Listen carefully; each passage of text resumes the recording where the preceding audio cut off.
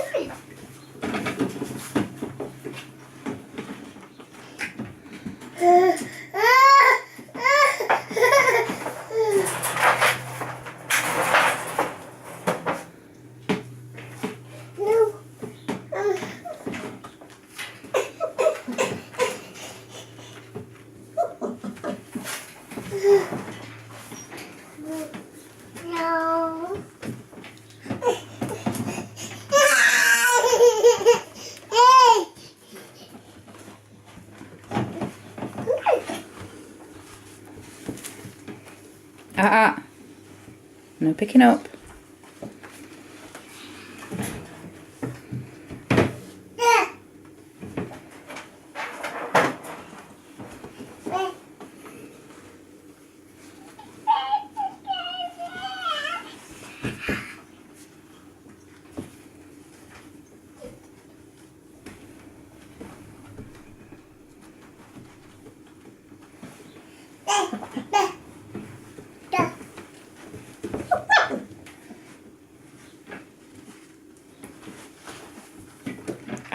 No picking up.